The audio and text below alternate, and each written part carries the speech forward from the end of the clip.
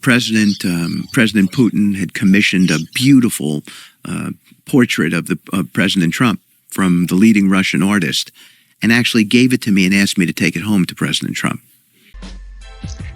Hello guys, and this time around I bring you a video when you can hear some very amazing statements from Steve Witkoff, who is handling the Russia-Ukraine war matters.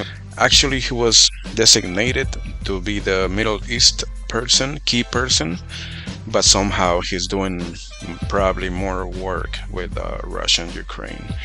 So the links are on the description to the complete interview by Tucker Carlson. Very amazing interview. I recommend you watch it completely, and maybe other videos. And here we go.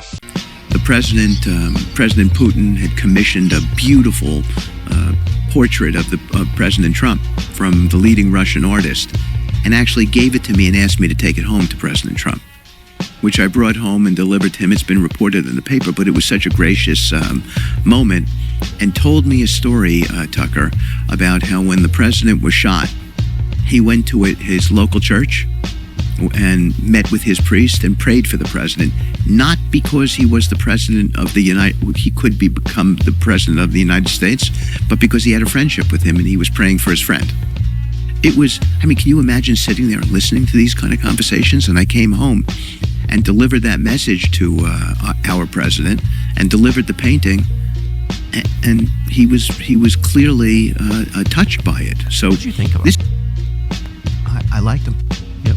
I thought he was straight up with me. Of course, by the way, I've said that, and you can imagine. By the way, I say that, I get pilloried. Oh my gosh, you're actually saying it. Every American president until Biden has said that. Every single one.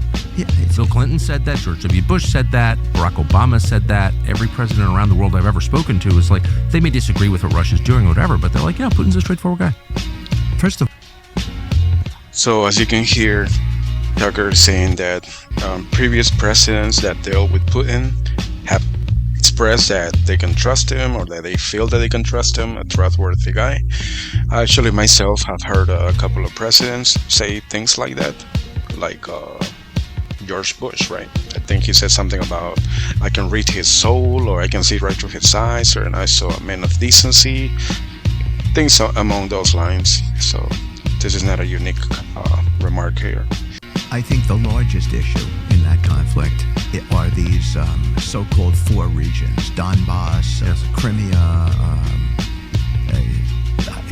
the names Lugansk, and there's two others. Russian speaking. Yep. There have been referendums where...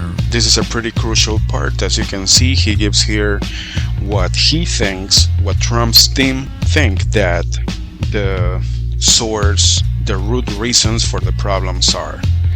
Let's hear it here. There have been referendums where the overwhelming majority of the people have indicated that they want to be under Russian rule. Yes. I think that's the key issue in the conflict. Here's another part of the interview that I find pretty interesting. It tells you a lot about the approach and his mindset approaching Putin, right? He's going in a pretty humble way, trying to extend the bridge, and he's not going with an expectation that he's going to dictate to everybody the terms of things, especially for negotiations. So you can tell the guy is trying to get to a pretty good start, and that's pretty intelligent, right?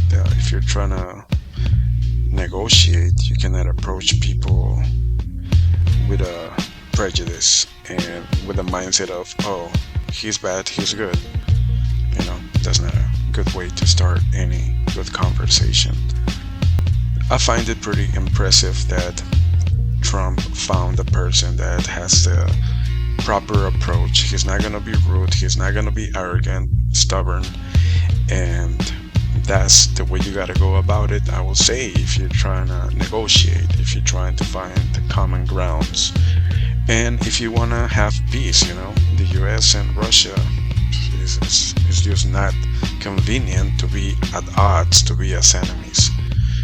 So they seem to have this concept pretty right, I will say, in my opinion. You can tell me yours in comments. First of all, I thought it was gracious of him to accept me. Yeah. This is a pretty amazing statement to make, right? Just the humbleness. Like, I would just want to deal with someone like that. If I was feuding with a company, with a group, with people, certain whatever, and I'm gonna have someone mediate the peace or the attempts to have peace, I would want somebody like this that comes with this attitude, right? That doesn't mean that you're gonna boss the guy around, but at least you can have a beginning, right?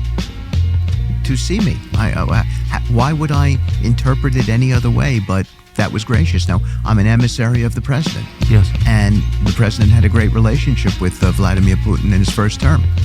So I think Vladimir Putin knew that it was going to be hard for the president at this time to come over to Russia. I think they're going to meet in the coming months. But I think it was enormously gracious for him to accept me, and I need to acknowledge that. Bravo, bravo. I like this attitude. To say that. Yeah, I know, but by the way, that's the same way that I said that Sheikh Mohammed. Because the media will bash you. You're a Russian puppet, a Russian asset. I mean, if you don't, in our country, if you don't act like a lemming and just walk off the cliff like everybody else. There you go. He's giving you the real right there. You get bashed if you try to have some common sense about this. If you're not taking the position, they are evil, they're the good ones, oh my God, you get crushed. You get attacked.